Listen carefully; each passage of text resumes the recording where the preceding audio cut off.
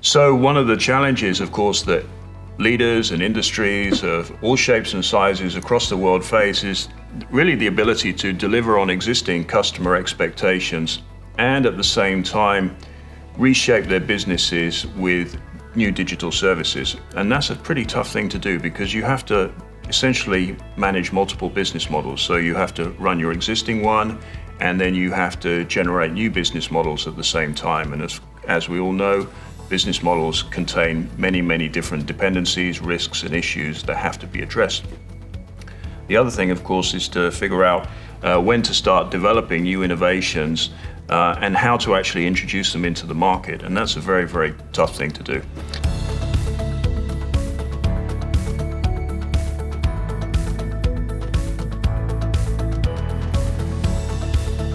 My name's Patrick Halford, and I'm Vice President of Digital Industries at Spinverse.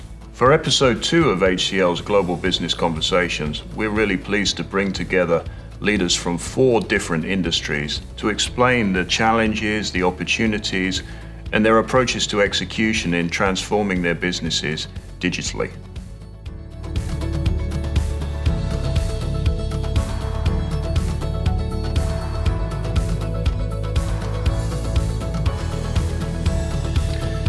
Having lived and worked in Denmark for so many years and watching that blue star sail past my window in Skodsborg and being involved a little bit with AP Moller Maersk, it's a real pleasure to have a conversation now with Navneet Kapoor, who is Executive Vice President and CTIO of AP Moller Maersk, one of the world's largest logistics companies. And we're going to be learning how Navneet approaches the challenge of digitization. We're pleased to welcome our special guest, Navneet Kapoor, who is Executive Vice President and CTIO at AP Moller Maersk. He's also a member of the Executive Board. Navneet, welcome. Thank you, Pat. It's a pleasure to be here. Let's start with an easy question. So Maersk has come a long way in terms of digitization, but when you joined the company, how did you set about understanding what things had to be done? Yeah, it's a great question. I think Maersk, as all of you may know, is an iconic company. It's been around for a very long time and has been a pioneer in so many different directions and dimensions. It's one of the truly global companies out there, and we've had the privilege of carrying 20% of world's global trade on our ships. But it's also a company that's been transforming for the last many years. You recognize that if you have to serve our customers well, we need to transform who we are and how we operate and how we serve our customers.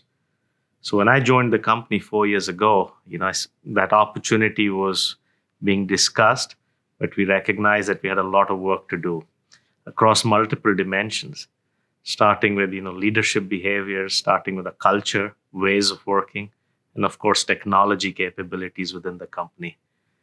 So in many ways, over the last several years, we've been focused on making progress across all of those different dimensions, in addition to, of course, sharpening our strategic ambition, which is to be a global integrator of container logistics or an integrated logistics provider.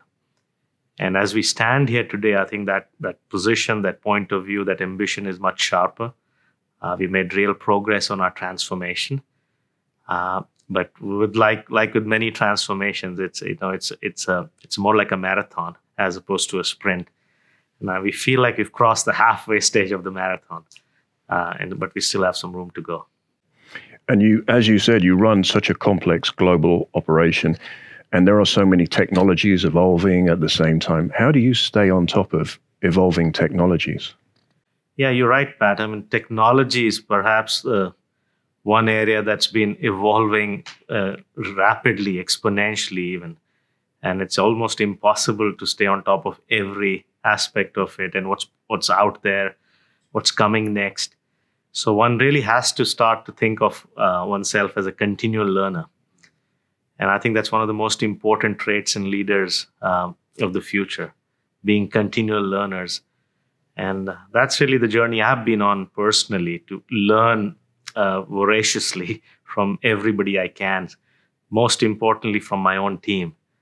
A lot of my learning over the last 10 to 15 years about the latest in technology has come from just whiteboarding with engineers and listening to them and understanding what they're thinking of, what new technologies they're trying out, and being curious. I read a lot, often a lot on LinkedIn and other channels, social channels, and try and connect the dots as I go along. I wouldn't claim to be the expert in everything latest out there, but I would say that I'm fairly curious about most of what's out there and always eager to go beyond the surface level understanding of what's out there. And of course, you have engineers and business teams who are distributed across the world, and they have so much insights in terms of what's going on in there. They do. I mean, our teams are probably more clued in with the latest, both in terms of what our customers want and in terms of how we can serve them differently through technologies, through new products, through processes. And we have to listen to them a lot. I think that's one of the big changes we've made at Maersk. We've kind of inverted the so-called organizational pyramid and put our frontline folks, our engineers, our process people at the center of a lot of the decision making, or bringing them closer to the decision making process, as opposed to them being buried 4 or 5 levels into the organizational pyramid. So you get to see the snow that's melting at the edges of the organization, and we do, and it's quite revealing, actually. We've learned the most doing gembas, if you will, with our teams and understanding what's working and what's not. It's often hard to figure that out sitting in an ivory tower somewhere. So getting real is very important. So we've all been living through the pandemic. And how did you have to adjust course in terms of deploying either new technologies or accelerating things when that first hit? Yeah, I think the pandemic has been life-defining for perhaps everyone around the world. But for businesses like ours, it's really been an opportunity to accelerate our digital transformation. As I mentioned, we were already on that path for the last few years. But in many ways, the last 15 months or so has allowed us to truly turbocharge that transformation and accelerate the rollout of digital capabilities for our customers and drive adoption and make progress on our modernization journey, for example, something that may have taken perhaps 3 to 5 years without the pandemic. So in some sense, we've truly used the crisis as an opportunity for change. And we've seen, for example, a massive increase in adoption of our mobile app, almost to the tune of 300% over the last year or so. Our traffic on Maersk.com, which is our digital channel through which we engage with our customers and does $20 billion plus of business for us, has seen a huge uptick. So those are just examples of what has changed and how we have, taken advantage of the pandemic to serve our customers differently. So it's acted as an accelerator to help you not just deploy technologies that existed faster, but also to start thinking differently in terms of how. Absolutely. It's been a catalyst for change for us, right? One interesting area I'd like to discuss is CO2 emissions are obviously on the mind of everyone from whatever line of business. How are you utilizing digital technologies to address some of these emission challenges? Yeah, so sustainability is a huge agenda for Maersk, and we believe that we have a real responsibility to play a leadership role there. And we've stated some big ambitions in that regard, which are in the press and over the last year or so, in regards to getting to carbon neutral, but also getting our first vessel that's carbon neutral in the next couple of years. So we've been fairly bold with our ambitions, and we want to be leaders in this space. We recognize that to get there, there's a lot of work ahead, especially in regards to the kind of fuels we use. and moving away from traditional fuels to more carbon neutral or green fuels is a fairly challenging task, but one that we have taken on, and we're making some real progress. I think from a technology perspective, we really want to help our customers to be able to track and understand what their carbon footprint is, for example. And we serve customers across industries across the world. So for recently, we rolled out, for example, a CO2 emission dashboard that allows our customers to get transparency to their footprint and then take actions accordingly. So that's just an example of how we're using data and technology to address a part of the challenge in this very complex problem that we're looking to solve together. Mm. And does this mean that you need to start working with different types of organizations who may be specialized in certain areas of sustainability? And yeah, we're working with a lot of organizations, and including folks who are in the middle of researching alternate fuels, for example.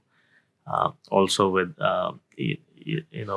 with the agencies around the world to understand the data that's out there and how we can understand that better. We have a new function that's been established in this area within Maersk, and that's really leading the charge for us. And I guess you can get data from all kinds of interesting sources, from drones, from flying through the plumes of ships, from satellite data, from your own internal measurement system. So combining all of that data must be quite interesting. I think that's the challenge, right? How do you make sure, one, you are able to bring different data sources together and analyze it and bring it in a manner that can be consumed. But the other challenge is, how do you make sure it's authentic and something that sets the standards around how everybody views that data, right? It's something that can be trusted, is reliable, is consistent for the future. So those are areas where we continue to focus on. I would like to kind of get on a more personal note now. And actually, I'm really interested to understand what inspires you as a global leader. What kind of things drive you, and what do you look for? Yeah, look, I've had a fairly long career working across industries, living across different geographies. Started my career off with GE, which is a diversified conglomerate, and then spent a lot of time in retail with Target, and now for the last several years with AP Moller Maersk. And one thing that's been common in this journey is one of is this pursuit of excellence, if you will, and pursuit of learning. So many years ago, I recognized that just being a generalist leader, somebody who's great at blocking and tackling and managing good global teams and getting stuff done, wasn't going to cut it for the future. And in many ways, I had kind of lost the focus on being a learner and being as curious as I needed to be. So my inspiration and focus over the last decade or so is really about just being a continual learner and continuing to understand and listen and build a point of view. But the purpose really is the inspiration is to work on something that's purposeful. And at Maersk, that's actually easy to find, given that we're truly in the middle of enabling global supply chains and creating equitability around the world, allowing people to be able to sell, for example, bananas and oranges from one part of the world to another without incurring huge costs. So kind of leveling of the playing field. And then given our focus on sustainability and truly building this digital integrated logistics future, that's very exciting and inspiring, and it brings me to work every day, including on a Monday morning. But at the heart of it is really doing something that's purposeful, that is meaningful for the humanity, and being a continual learner. And I guess you also need curious people around you in your team, bringing up new possibilities and exposing new opportunities that you can then act on and drive forward as well. You do. And interestingly, they are already there. And of course, we continue to recruit from around the world. Our ambition is to, for example, have a world-class team in technology, not just better than yesterday, not just the best in our industry, but truly world-class. And by that, I mean top quartile across industries. And to get there, it's not just about recruiting people. It's about making sure we have a great place to work for our people. There's a culture that allows the best ideas to surface. And there's healthy debate and discussion and conflicts. So in many ways, my job is to enable that and remove the roadblocks and get out of the way, but also to listen and learn. And I think we're well on that way at Maersk, and that's really exciting. I think one of the things that people, maybe ordinary people, don't realize is the sheer complexity required in order to ship a good. From when the minute you order it, how many touch points are involved in it. And this concept of just-in-time deliveries and also just-in-case deliveries, did that surprise you when you joined Maersk in terms of the sheer complexity of the challenge? It was quite revealing and surprising as I joined Maersk from having worked with a retailer, which is a business to consumer industry, and where you have to be absolutely solving for the customer experience differently, to see how many touch points existed and how manual the processes were, how much paperwork was involved in, for example, shipping something from one part of the world to another. The number of handoffs, as you said, are huge. So, and that's really what we're trying to solve for. We're trying to take that friction, that operational inefficiency away for our customers, because they experience it working with, within this industry with shippers like us, ours, or companies like us and others. And we want to make it as simple as possible for them so that they can go about the core business better, rather than having to worry about all the complexity in managing their global supply chains. Just something as basic as booking. If you make a booking on an airlines, it's that you have a spot on the airplane when you show up, and you already have to pay for it.